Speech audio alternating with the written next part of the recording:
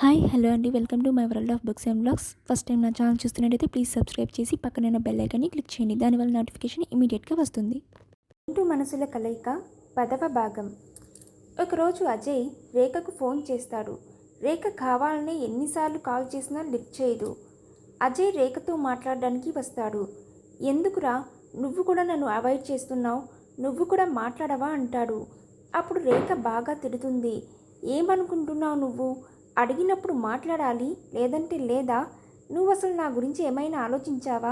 ప్రేమ కోసం ఇలా తయారవుతావా?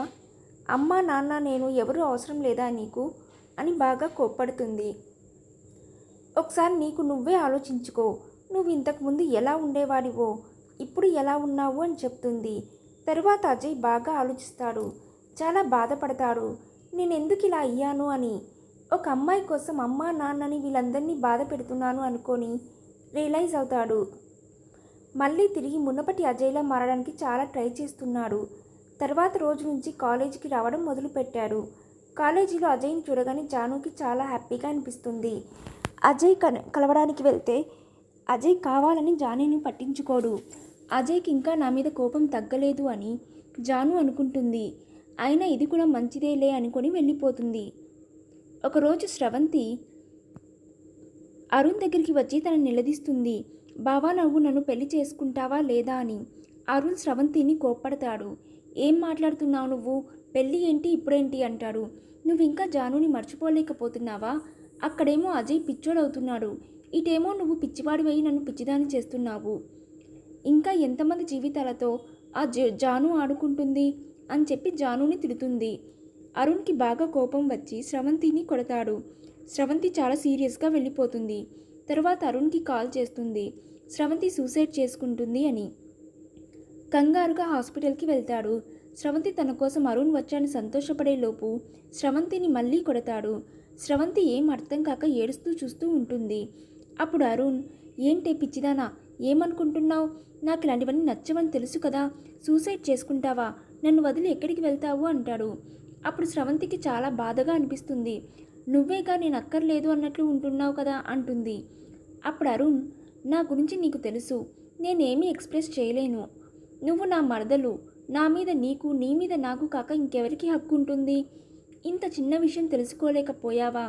జాను ఓన్లీ నా ఫ్రెండ్, నా బెస్ట్ ఫ్రెండ్ అంతే. ఆ మాత్రం అర్థం చేసుకోలేకపోయావా అని బాధపడతాడు. తర్వాత బాధపడుతున్న స్రవంతిని దగ్గరికి తీసుకొని, ఇప్పటికే నేను నిన్ను చాలా బాధపడ్డాను, ఇక నా వల్ల కాదు, నువ్వు బాధపడకు, నేను కూడా నా పద్ధతులు కొన్ని మార్చుకోవాలి అని చెప్పి తనను ఓదారుస్తూ ఉంటాడు. ఇక రేఖ వాళ్ళకి స్రవంతి సూసైడ్ గురించి తెలుస్తుంది. మెస్కి పోయినప్పుడు రేఖ జానుని పిలిచి అందరి ముందు బాగా తిడుతుంది. ఏంటి జాను, నీ వల్ల ఇటు మా అన్నయ్య తాగుబోతయ్యాడు, అటుపక్క స్రవంతి సూసైడ్ చేసుకుంది. ఒకవేళ స్రవంతికి ఏమైనా అయ్యుంటే ఏం చేసేదానివి? ఎందుకు ఇంతమందిని బాధ పెడుతున్నావని అరుస్తుంది. అసలేమీ అర్థం కాదు జానుకి. తర్వాత వాళ్ళ మాటల్లో తెలుస్తుంది తన వల్ల స్రవంతి సూసైడ్ చేసుకుంది అని. చాలా బాధగా అనిపిస్తుంది. కొన్ని రోజుల నుండి జానుతో ఎవరూ మాట్లాడడం లేదు కదా. డిన్నర్ కానీ లంచ్ కానీ క్యాంటీన్లో వీళ్ళందరూ కలిసి కూర్చుంటున్నారు. జాను విడిగా ఒకటే కూర్చుంటుంది. అరుణ్ ఉంటే అరుణ్తో పాటు కలిసి కూర్చుంటుంది, లేదంటే లేదు. ఒకరోజు కూడా లంచ్కి ఒకటే వచ్చింది. కానీ మనసు ఎందుకో చాలా బాధగా అనిపిస్తుంది.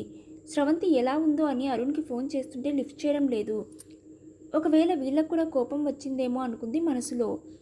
ఏమైందో కనుక్కుందాం అనుకుంది, కానీ వద్దులే అని ఆగిపోతుంది.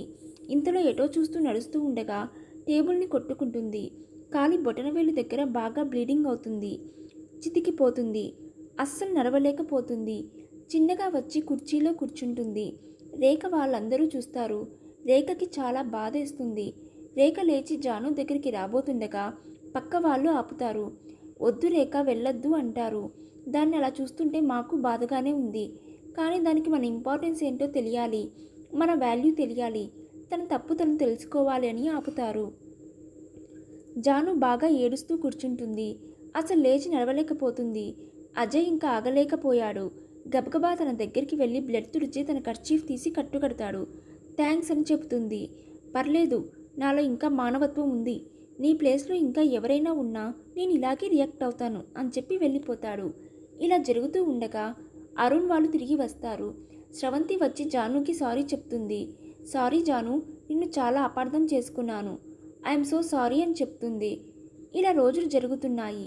ఇంతలో కాలేజీలో ఒక టూర్ ప్లాన్ చేశారు. దానికి అందరూ వెళ్తున్నారు. జాను నేను రాను అంది. కానీ అరుణ్ ఒప్పుకోలేదు. అందరూ ఇలా హ్యాపీగా ఉన్నప్పుడు నువ్వు ఏదో తప్పు చేసిన దానిలా ఎందుకు ఇలా ఉండడం అవసరం లేదు, నువ్వు రావాల్సిందే ఖచ్చితంగా అని చెప్పి వెళ్ళిపోతాడు. ఇంకా అరుణ్ని బాధ పెట్టడం ఇష్టం లేక తను కూడా వస్తుంది. అందరూ బస్సులో ఎవరి జంటలు వాళ్ళు కూర్చుంటారు. స్రవంతి అరుణ్ కలిసి కూర్చుంటారు. జాను అరుణ్ దగ్గర కూర్చుందామని పోతుంది. కానీ అక్కడ స్రవంతిని చూస్తుంది. ఇప్పుడే వీళ్ళిద్దరు కలిశారు. వాళ్ళని డిస్టర్బ్ చేయడం ఇష్టం లేక వెనక సీట్లో కూర్చుంటుంది. సేమ్ ఇక్కడ కూడా అదే ప్రాబ్లం. అజయ్కి కూడా అందరికీ అందరూ ఉన్నారు, తనెందుకు అని చెప్పేసి వెనక్కి వస్తాడు. కాను అక్కడ జాను కనిపిస్తుంది. అందుకని వెనక సీట్లో కొంచెం దూరంగా కూర్చుంటాడు. కానీ తరువాత వీళ్ళు వచ్చేసరికి జాను పక్కన కూర్చోవడం జరుగుతుంది. కోపంగా చూస్తుంది జాను. అప్పుడు అజయ్, నీకంత సీన్ లేదులే, నీ గురించి తెలిసి నేను ముందుగానే విడిగా కూర్చున్నా. కానీ నా కర్మ, మళ్ళీ నేను నీ దగ్గరికే రావాల్సి వచ్చింది. అలా చూడకు తినేసేలా అని కోపంగా అంటాడు. జాను కూడా అజయ్ని తిట్టుకుంటూ అటు కూర్చుంటుంది. జానుకి వీళ్ళు అందరితో కలిసి ఎంజాయ్ చేయాలని ఉంటుంది. కానీ రేఖ వాళ్ళు అసలు పట్టించుకోరు. వీళ్ళందరూ కలిసి ఉంటారు. అరుణ్ వాళ్ళతో పాటే ఉంటుంది. ఒకసారి బీచ్ దగ్గరికి వెళ్తారు అందరూ. స్రవంతి అరుణ్ జాను కూర్చుంటారు. ఏదో కొందామని అరుణ్ పక్కకి వెళ్తాడు. అప్పుడు స్రవంతి జానుతో అంటుంది, జాను నువ్వు తెలివైన దానివి కదా, నేను చెప్పే మాటలు తప్పుగా అనుకోకు, అర్థం చేసుకో. నాకు మా బావతో టైం స్పెండ్ చేయాలని ఉంది. వాళ్ళలానే నాకు తనతో ఉండాలని ఉంటుంది. ప్లీజ్ ఇంకోసారి చెప్పించుకోకు అని కొంచెం గట్టిగానే అంటుంది. దాంతో జానుకి చాలా చాలా బాధగా అనిపిస్తుంది. అందరూ ఆ బీచ్ దగ్గరే సరదాగా ఉన్నారు. వాళ్ళ మధ్యలో తను ఉండడం ఇష్టం లేక తిరిగి బస్ దగ్గరికి వస్తుంది. తను తిరిగి వెళ్తుంటే అరుణ్ చూస్తాడు. ఎక్కడికి జాను అంటాడు. నాకు కొంచెం హెడ్ఏక్గా ఉంది, బస్లో కూర్చుంటాను అంటుంది. బీచ్కి బస్సు ఆపిన ప్లేస్కి చాలా దూరంగా ఉండడంతో ఒకటే ఆలోచిస్తూ నడుచుకుంటూ వెళ్తుంది. ఈ లోపు అక్కడికి కొందరు ఆకతాయిలు వచ్చారు. వాళ్ళు వచ్చి జానుకి డాష్ ఇచ్చారు. అసలే కోపంగా ఉన్న జాను వాడిని లాగిపెట్టి కొట్టింది. దాంతో వాళ్ళ కోపం వచ్చి తనని తీసుకెళ్లారు. ఇక్కడ అజయ్ కూడా ఒక్కడే ఉన్నాడు. అటు ఇటు చూస్తూ ఉండగా ఎందుకో జానుని చూశాడు. కానీ ఎక్కడా కనిపించలేదు. ఏమైంది అని అరుణ్ని అడుగుతాడు. అరుణ్ బస్సులో ఉంది అంటాడు. తనని అలా ఎలా ఒక్కదాన్ని వదిలిపెట్టారు అని చెప్పి బస్ దగ్గరికి వెళ్తాడు. అరుణ్ నేను కూడా వస్తాను అంటే, వద్దులే మీరు ఇక్కడ ఉండండి నేను వెళ్తాను అని అంటాడు. వెళ్ళి చూస్తే అక్కడ బస్సులో జాను ఉండదు. అటు ఇటు వెతుకుతారు, ఎక్కడా కనిపించదు. అక్కడున్న షాప్లో వాళ్ళని అడుగుతుంటే దూరంగా ఉన్న ఒక ముసలాయన అజయ్ని పిలిచి చెప్తాడు, ఇక్కడ ఎవరో ఒక అమ్మాయిని కొంతమంది బలవంతంగా తీసుకెళ్లారు. వాళ్ళు రౌడీళ్ళు బాబు, వీళ్ళెప్పుడూ ఇంతే, అమ్మాయిలను ఆట పట్టిస్తూ ఉంటారు. కొంచెం దూరంలో పాతపడిన షెడ్ ఒకటి ఉంది, వాళ్ళు అక్కడే ఉంటారు. నేను ఒక్కడినే ఉన్నాను, అందుకే ఏమీ చేయలేకపోయినాను అంటాడు. అజయ్ అక్కడికి వెళ్ళేసరికి అందరూ జానుని ఏడిపిస్తూ ఉంటారు. బాగా భయపడిపోతుంది జాను. అజయ్ని చూడగానే చాలా సంతోషం వేస్తుంది. వాళ్ళందరినీ విడిపించుకొని గబగబా వచ్చి అజయ్ని చుట్టేసుకుంటుంది. అందుకు వాళ్ళల్లో ఒకడు, ఏంటి వాడు రాగానే ఇప్పుడు దాకా లేని బలమంతా తెచ్చుకొని మమ్మల్ని వదిలించుకొని వాడిని పట్టుకున్నావు, మీ బాయ్ ఫ్రెండా అంటాడు. అందుకు అజయ్, బాయ్ ఫ్రెండ్ కాదురా, నేను దాని మొగుడిని, అయితే ఏం చేస్తావు అంటాడు. వాళ్ళందరూ ఒక్కసారిగా అజయ్ మీదకి వస్తారు. ఒకడు అజయ్ని కొట్టగానే అజయ్ పక్కకు వెళ్ళి పడతాడు. తనకి గాయం అవుతుంది. అజయ్ పడగానే ఒకడు వచ్చి జాను చున్నీని లాగుతాడు. అంతే, అజయ్కి ఎక్కడ లేని కోపం వచ్చి వాళ్ళని బాగా కొడతాడు. కానీ అజయ్ అస్సలు వదలడు. వాళ్ళ బస్సు దగ్గరికి వచ్చేస్తారు. బస్సు వచ్చింది, ఇంకా వదులు, నాకు బాగా నొప్పి ఉంది అని అరుస్తుంది. ఇంకా ఏదో అనే లోపల ఒకటి పీకుతాడు. కోపం వస్తుంది జానుకి. ఏంటి అజయ్ నువ్వు చేసిన పని అని అడిగే లోపల ఇంకోటి పీకుతాడు. తను బాగా ఏడుస్తుంది. అజయ్ ఏమీ మాట్లాడు. లోపలికి వెళ్ళి బస్సులో కూర్చో అంటాడు. తను వెళ్ళి తన ప్లేస్లో కూర్చుంటుంది. అజయ్ కూడా వచ్చి పక్కన కూర్చుంటారు. ఇద్దరు ఏమీ మాట్లాడరు. కాసేపటికి జాను అజయ్ అని పిలుస్తుంది. ఏంటి అంటాడు గట్టిగా. భయపడుతూ, నాకు చాలా ఆకలిగా ఉంది, పొద్దున టిఫిన్ కూడా చేయలేదు అంటుంది. దాంతో అజయ్కి చాలా జాలేస్తుంది. వెళ్ళి టిఫిన్ తీసుకురావాలి అనుకుంటాడు. కానీ తనను అక్కడే ఒంటరిగా వదిలి వెళ్ళలేక తనతో కూడా తీసుకుని హోటల్కి వెళ్తాడు. టిఫిన్ ఆర్డర్ ఇస్తాడు. వచ్చాక జానుని తినమని అంటాడు. తను తినకుండా అలాగే చూస్తూ ఉంటుంది. తినమంటే తినకుండా నన్నలా చూస్తావేంటి, నన్ను తింటావా ఏంటి అని అరుస్తాడు. నా వల్ల కావట్లేదు అని చెయ్యి చూపిస్తుంది. ఏమైంది చెయ్యి అని చెయ్యి పట్టుకొని చూస్తాడు. చెయ్యి బాగా కమిలిపోయి ఎర్రగా ఉంటుంది. ఏమైంది, నేను పట్టుకుంది మరీ అంత గట్టిగా కాదు కదా అంటాడు. నువ్వు కాదు, వాళ్ళలో ఒకడు గట్టిగా చెయ్యి పట్టుకొని నలిపేశాడు, దాని మీద నువ్వు పట్టుకున్నావు, నొప్పి నొప్పి అని అరుస్తున్నా కూడా వినిపించుకోకుండా నన్ను కొట్టావు అంటుంది. దాంతో అజయ్ బాధగా సారీ జాను అంటాడు. అజయ్ జానుకి తినిపిస్తాడు. జాను చాలా ఇష్టంగా ఆత్రంగా ఉంటుంది. అజయ్కి అలా చూసేసరికి చాలా జాలి కలుగుతుంది. తినడం పూర్తయ్యాక అప్పుడు అడుగుతాడు, ఎందుకలా ఒంటరిగా వెళ్ళావు అని. అప్పుడు స్రవంతి మా అన్ని మాటలు చెప్తుంది. అప్పుడు అజయ్, అవును మరి, నీకే బుద్ధి ఉండాలి, ఎలాగో నీకు ఫీలింగ్స్ ఉండవు, వేరే వాళ్ళ ఫీలింగ్స్ కూడా పట్టించుకోవా అంటాడు. సరే, జరిగిందేదో జరిగింది, వదిలేయి, ఇక నుండి నా పక్కనే ఉండు అనగానే జాను చివ్వున తలెత్తి చూస్తుంది.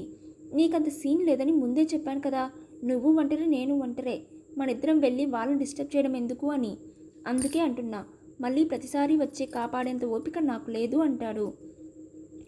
నిన్నెవరూ వచ్చి కాపాడమన్నారు, నేను అడగలేదుగా అంటుంది. అందుకు అజయ్, నేనేమీ రాలేదు, అరుణ్ చెప్పాడు, నువ్వు బస్లోనే ఉన్నావు, ఒకసారి చూడమని. అక్కడ చూస్తే నువ్వు లేవు, అందుకే వచ్చాను అంటాడు. ఇంకా ఆపు, నాకు తెలుసు, నేను కాకుండా ఇంకా ఎవరైనా ఆ ప్లేస్లో ఉన్నా నువ్వు ఈ విధంగానే చేసేవాడివి, అంతే కదా అని కోపంగా చెప్పి వెళ్ళి బస్ ఎక్కి కూర్చుంటుంది. అజయ్ వాటర్ తీసుకొని వస్తానని చెప్పి జానుని బస్సులో కూర్చోమని వెళ్తాడు. షాప్లో ఎక్కువ మంది ఉండడం వలన కొంచెం లేట్ అవుతుంది. ఇక్కడేమో జానుకి అజయ్ ఇంకా రాలేదని చాలా భయమేస్తుంది. అసలే చాలా భయపడిపోయింది కదా, ఇంకా భయమేస్తుంది. అజయ్ రాగానే ఒక్కసారిగా వెళ్ళి అజయ్ పట్టుకొని ఏడ్చేస్తుంది. ప్లీజ్ నన్ను వదిలిపెట్టి వెళ్ళకు, నాకు చాలా భయంగా ఉంది, నన్ను వదిలి వెళ్ళకు అని గట్టిగా పట్టుకొని ఏడుస్తూ భయపడుతూ ఉంటుంది. అజయ్ జానుని పట్టుకొని, నువ్వు భయపడకు జాను, నేను వచ్చేశాక అని చెప్పి తను తీసుకెళ్లి కూర్చోబెట్టాడు. జానుని తన భుజం మీద ఆనించుకుని ప్రేమగా తన తల మీద నిమురుతూ ఉంటాడు. జానుకి చాలా హాయిగా అనిపిస్తుంది. తనకలా వెంటనే నిద్ర పట్టేసింది. అజయ్ జానుని అలానే చూస్తూ ఉంటాడు. అజయ్ కూడా మెల్లగా నిద్రలోకి పోతాడు. ఈలోపు అందరూ వచ్చేస్తారు. రాగానే వీళ్ళని చూసి అందరూ షాక్ అవుతారు. కానీ ఎవరూ వాళ్ళని డిస్టర్బ్ చేయరు. కానీ రేఖకు మాత్రం బాగా కోపం వస్తుంది. ఈలోపు మళ్ళీ తిరిగి కాలేజీకి వస్తారు. బస్సు ఆగగానే ఇద్దరికీ మెలకువ వస్తుంది. ఇద్దరు తమ పొజిషన్ చూసుకుని సర్దుకుంటారు. హాస్టల్కి వచ్చాక రేఖ జాను దగ్గరికి వచ్చి, ఏంటి జాను, మళ్ళీ మా అన్నయ్యను వదిలిపెట్టడం లేదా అంటుంది. జాను, అదేంటి అలా అంటావు, నేనేం చేశాను అంటుంది. ఏమో జాను, నువ్వు తెలిసి చేశావో తెలియక చేశావో లేక సిచ్యువేషన్ అలా వచ్చిందో నాకు తెలియదు, కానీ ఇంకోసారి మా అన్నయ్యని మారితే మాత్రం అది నీ వల్ల పాడైపోతే మాత్రం నేను ఊరుకోను, గుర్తుపెట్టుకో అంటుంది. ఇంతలో జానుకి ఇంటి నుండి ఫోన్ వస్తుంది. తను ఇంటికి వెళ్తుంది. తర్వాత రోజు కాలేజీలో జాను కనబడిపోయేసరికి అజయ్ వచ్చి రేఖను అడుగుతాడు, జాను ఏమైంది అని. రేఖ, అన్నయ్య, నీకు ఇంకా జానుతో ఏం పని, తను ఏమైపోతే నీకెందుకు, అయినా నాకు తెలియదు అంటుంది. అజయ్ రేఖను కోపడతాడు. అదేంటి రేఖ అలా అంటావు, తను నీ ఫ్రెండే కదా, నైట్ హాస్టల్లో ఉంది, మార్నింగ్ కాలేజీకి రాలేదు, ఎందుకో ఏమైందో కనుక్కోవాల్సిన అవసరం లేదు, ఇలా ఎలా మారిపోయావు రేఖ అని కోప్పడతాడు. జాను ఒక వారం రోజుల తర్వాత కాలేజీకి తిరిగి వస్తుంది. కానీ ఈసారి ఎందుకో జాను చాలా నీరసంగా అనిపిస్తుంది. వారం రోజులకే చాలా తగ్గిపోయినట్టుగా అనిపిస్తుంది. ఎవరితో ఏమీ మాట్లాడడం లేదు. అజయ్కి ఏమీ అర్థం కాదు. అరుణ్ అయినా అడుగుదామనుకుంటే ఈలోపు అరుణ్కి ఏదో పని ఉందని అరుణ్ కూడా కాలేజీ నుంచి వాళ్ళ ఊరు వెళ్తాడు. హాస్టల్లో కూడా ఎప్పుడూ ఏడుస్తూ కనిపిస్తుంది. రేఖకు కూడా అర్థం కాదు. తనే అడుగుదాం అనుకుంటుంది, కానీ అడగలేకపోతుంది. తనే చెప్పచ్చు కదా, తనకి అంతున్నప్పుడు నాకెంత ఉండాలి అని ఊగిపోతుంది. ఒకరోజు కాలేజీలో అందరూ గ్రూప్ స్టడీ చేస్తున్నారు. రేఖ వీళ్ళందరూ బయట కూర్చున్నారు. జాను ఒక్కటి లోపల కూర్చుంది. జాను అప్పుడు కూడా గ్రూప్లో కూర్చోకుండా ఒక్కటిగానే కూర్చుంది. తను ఇంకా ఏడుస్తూనే ఉందని అర్థమైంది. వెంటనే క్లాస్ మేడం దగ్గరికి వెళ్తుంది. మేడం, మీరు నాకు హెల్ప్ చేయాలి అంటుంది. ఏం కావాలి అని అడుగుతుంది మేడం. ప్లీజ్ మేడం, నేను జాను మంచి ఫ్రెండ్స్ అని మీకు తెలుసు కదా, మాకు ఏదో చిన్న మిస్అండర్స్టాండింగ్ వచ్చింది, అందుకే మేము మాట్లాడుకోవడం లేదు, కానీ అది ఊరెళ్ళి వచ్చినప్పటి నుంచి ఎప్పుడూ దిగులుగా ఉంటుంది, ఎందుకో తెలియట్లేదు, కొంచెం కనుక్కోండి మేడం ప్లీజ్ అంటుంది. సరేనమ్మా అని చెప్పి మేడం జానుతో మాట్లాడుతూ ఉంటుంది. రేఖ ఏం చెప్తుంది అని చూస్తూ ఉంటుంది. కానీ తను మాట్లాడడం అర్థమవుతుంది, కానీ తను మాట్లాడిన మాటలు వినపడడం లేదు. మేడంతో బాగా ఏడుస్తూ చెప్తుంటుంది. మేడంతో మాట్లాడాక జాను ఇంకా బ్యాగ్ తీసుకొని వెళ్ళిపోతుంది. గబగబా మేడం దగ్గరికి వస్తుంది రేఖ. రేఖ మేడంని అడగమంది అని అజయ్కి కానీ వేరే వారికి కానీ తెలియదు. మేడం అప్పుడు చెప్తుంది, వాళ్ళ నానమ్మ చనిపోయిందంట, తనకు ఆవిడంటే బాగా అటాచ్మెంట్ ఉందట, అందుకని తను తట్టుకోలేకపోతున్నా అని చెప్తుంది. అమ్మ అది కాక మీ ఇద్దరూ మాట్లాడుకోవడం లేదని నువ్వే అంటున్నావు కదా, ఇంకా ఎవరు ఫ్రెండ్స్ కూడా పక్కన లేకపోయేసరికి ఇంకా మర్చిపోలేకపోతున్నట్టుంది అంటుంది. థ్యాంక్ యూ మేడం అని చెప్పి రేఖ వస్తుంది. జాను మధ్యాహ్నం క్లాస్కి వస్తుంది. అప్పటికి ఇంకా ఎవరూ రారు. అజయ్, రేఖ వీళ్ళందరూ బయట కూర్చొని ఉంటారు. రావడంతోటే జాను ఒకటే క్లాస్లోకి వెళ్ళి కూర్చుంటుంది. లోపలికి వెళ్తుంది రేఖ. లోపలికి వెళ్ళి జానుని బాగా తిడుతుంది. ఎందుకు తిడుతుందో అర్థం కాక చూస్తూ ఉంటారు అందరూ. జానుని రేఖ కొడుతుంది. తను ఏడుస్తుంది. వెంటనే అజయ్ లోపలికి వస్తాడు. రేఖ, ఏంటి నువ్వు చేసే పని అంటాడు. అన్నయ్య, ఇది నీకు లేని సంబంధం విషయం, ఇది నాకు నా ఫ్రెండ్కు సంబంధించిన విషయం అంటుంది. ఇంకా ఏమీ చేయలేక వెళ్ళిపోతాడు. రేఖ జానుతో, ఏంటి జాను, ఏదో మా అన్న విషయంలో అలా జరిగిందని నేను బాధపడ్డం తప్ప నీకంత కోపం వస్తే అప్పుడే నన్ను కొట్టాల్సింది. ఏంటే మీ అన్నయ్య విషయంలో జరిగిన దానికి నువ్వు నాతో మాట్లాడకపోవడానికి ఏంటి అని తిట్టాల్సింది, అంతేకాని మాట్లాడకుండా ఇలా చేస్తావా? ఇంత పెద్ద విషయం జరిగితే నువ్వు ఒక్కదానివే బాధపడుతూ ఉంటావా? అంత కానిదాని అయిపోయానా అని రేఖ కూడా ఏడుస్తూ ఉంటుంది. ఇద్దరు హక్ చేసుకుంటారు. నిజంగా చెప్తున్నా జాను, ఏదైనా నీ ఇష్టం, నీకు ఇష్టం లేని పని నేను ఏది చేయను. మా అన్నయ్య అయినా సరే, ఎవరైనా సరే, అది నీకు నచ్చితేనే అని చెప్తుంది. తర్వాత వెంటనే రేఖ బయటికి వచ్చి అందరికీ విషయం చెప్తుంది. మిగిలిన వాళ్ళు కూడా వచ్చి నేను చాలా ఇబ్బంది పెట్టాను అంటారు. మళ్ళీ అందరూ ఒక్కటైపోతారు. ఇలా వీళ్ళ చిన్న చిన్న తగాదాలు, గొడవలు, మళ్ళీ కలవటాలు జరుగుతూ ఉండగా బీటెక్ కంప్లీట్ చేసుకొని చివరి సంవత్సరానికి వచ్చారు. అన్ని ఎగ్జామ్స్ అన్నీ కంప్లీట్ అయిపోయాయి. ఆ రోజు ఫేర్వెల్ పార్టీ జరుగుతుంది. ఇప్పటిదాకా అంటే కళ్ళ ముందు ఉంది కాబట్టి ఏదో అలా అజయ్ నెట్టుకొస్తున్నాడు. ఇప్పుడు అది అయిపోయాక ఇంకా కనపడదు జాను. ఉండలేకపోతున్నాడు. మనసు చాలా బాధగా ఉంది. అందరూ ఇక్కడ పార్టీలో ఎంజాయ్ చేస్తున్నారు. అంతలో వర్షం పడుతుంది. అందరూ పక్కకి పరిగెత్తారు. జాను మాట్లాడుతూ అజయ్ లేకపోవడం గుర్తిస్తుంది. ఎక్కడ ఉన్నాడు అని వెతుక్కుంటూ వస్తుంది. అజయ్ వర్షంలో తడుస్తూ ఉంటాడు. వెళ్ళి, అజయ్, ఏంటిది వర్షంలో తడుస్తున్నావు అంటుంది. వర్షంలో అయితే నా కన్నీళ్ళు ఎవరికి కనపడవు అంటాడు. అజయ్, జాను నీతో కొంచెం మాట్లాడాలి, నాకు టైం ఇవ్వు. సరే అజయ్, రా ముందు నువ్వు అని చెప్పి పక్కకి తీసుకొస్తుంది. నేను ఇప్పుడు మాట్లాడాలి అని చెప్పి జానుని ఆపుతాడు. ఎందుకు ఇలా చేస్తున్నావు జాను? నేనంటే నీకు ఇష్టం లేదా? నాకేం తక్కువ? నేను ప్రాణంగా ఇష్టపడుతున్నాను. ప్లీజ్ నా లవ్ యాక్సెప్ట్ చేయి అంటాడు. అందుకు జాను, ప్లీజ్ అజయ్, నన్ను వదిలేయి, నాకు ఈ ప్రేమ గీమ ఏమీ పడవు, మా అమ్మ నాన్న ఒప్పుకోరు. అందుకు అజయ్, సరే జాను, నేనే వచ్చి మీ అమ్మ నాన్నతో మాట్లాడతాను, అప్పుడు వాళ్ళు నన్ను చూపించి చేసుకోమంటే నీకు ఓకేనా అంటాడు. జాను ఏమీ మాట్లాడదు. చెప్పు జాను అని తనే మళ్ళీ అడుగుతాడు. జాను, ఏంటి అజయ్, చెప్తుంటే వినవు, సరే ఇప్పుడు చెప్తున్నా విను. మా అమ్మ నాన్న నేను చేసుకోమని చెప్పినా నేను చేసుకోను. అజయ్కి కోపం వస్తుంది. ఏంటి జాను, అడుగుతుంటే ఎక్కువ చేస్తున్నావు, నువ్వు నన్ను ఇష్టపడలేదా చెప్పు, నా వైపు చూసి నిజం చెప్పు అంటాడు. ఓహో, నువ్వు కూడా అందరి అమ్మాయిలాగే అనుకుంటా, ఎవరో ఒకరు నీ పక్కన బకరాలాగా ఉండాలని నన్ను ఎంచుకున్నట్లున్నావు, నువ్వు అందరిలాంటి దానివే అంటాడు. దాంతో జానుకి బాగా కోపం వస్తుంది. అజయ్, నువ్వెప్పటికీ నన్ను అర్థం చేసుకోలేవు అని ఏడుస్తూ వెళ్ళిపోతుంది. అరుణ్ ఇదంతా పక్క నుండి చూస్తూ ఉంటాడు. అజయ్ దగ్గరికి వెళ్ళి అజయ్ని పక్కకు తీసుకువస్తాడు. అప్పుడు అజయ్ అరుణ్తో, అరుణ్, జాను కూడా అందరిలాంటిదే అని బాధపడుతూ ఉంటాడు. అందుకు అరుణ్, లేదు అజయ్, తను అందరిలాంటి అమ్మాయి కాదు, చాలా స్పెషల్ అంటాడు. అజయ్ నవ్వుతాడు. అప్పుడు అరుణ్, నిజం అజయ్, జానును నిన్ను ప్రేమిస్తుంది అంటాడు. అందుకు అజయ్, జోక్ చెయ్యకు అంటాడు. నిజం, జాను ఇప్పుడే కాదు, ఫస్ట్ ఇయర్ నుండి లవ్ చేస్తుంది, నా మీద నమ్మకం ఉంటే నువ్వు నమ్ము అంటాడు. అజయ్ ఆశ్చర్యపోతాడు. అప్పుడు అరుణ్ జరిగిందంతా చెప్తాడు. ఇది తన బాధ, ఇంట్లో ఒప్పుకోరేమో అని బాధపడుతుంది. వాళ్ళ నాన్న గురించి తెలిసినప్పుడు వాళ్ళ నాన్న గురించి బాధపడడం కన్నా నేను అనవసరంగా అజయ్ని ఇష్టపడి తనలో ఆశలు రేపాను అని ఎంత బాధపడుతుందో నాకు తెలుసు అంటాడు. జానుని అపార్థం చేసుకున్నందుకు అజయ్ చాలా బాధపడతాడు. మరి ఇప్పుడు ఎలా, తన ప్రేమను ఎలా బయటకు చూపించాలి అని అడుగుతాడు. అందుకు అరుణ్, ఇప్పుడు మనకున్న ఆప్షన్ జానునే, తన ప్రేమ బయటకు చెప్పాలి. వాళ్ళ నాన్న మీద ఉన్న ప్రేమ భయం కన్నా నీ ప్రేమ గొప్పదని తనే అర్థం చేసుకోవాలి. అంతే తప్ప మనకి ఇంకో ఆప్షన్ లేదు అంటాడు. జాను అతన్ని హ్యాపీగా ప్రేమిస్తుంది అన్న విషయం తెలిసి చాలా హ్యాపీగా ఫీల్ అవుతాడు అజయ్. థ్యాంక్స్ అరుణ్, నాకు చాలా మంచి హెల్ప్ చేశావు. ఒక విధంగా చెప్పాలంటే నా జీవితాన్ని నిలబెట్టావు.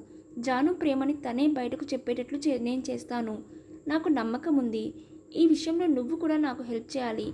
ఎటు మనమందరం ఇక ముందైనా కలిసే ఉంటాం కదా. అందుకు అరుణ్, నేను తప్పకుండా నాకు చేతనైనంత సాయం చేస్తాను. నీకోసమే కాదు, జాను కోసం. నీకన్నా ప్రేమించేవాడు తనకు దొరకడు అంటాడు. ఇక నుంచి తనే నా మీద ప్రేమని వెల్లడించేలా నేను ఖచ్చితంగా చేస్తాను. థ్యాంక్ యూ అని చెప్పి హ్యాపీగా వెళ్ళిపోతాడు అజయ్.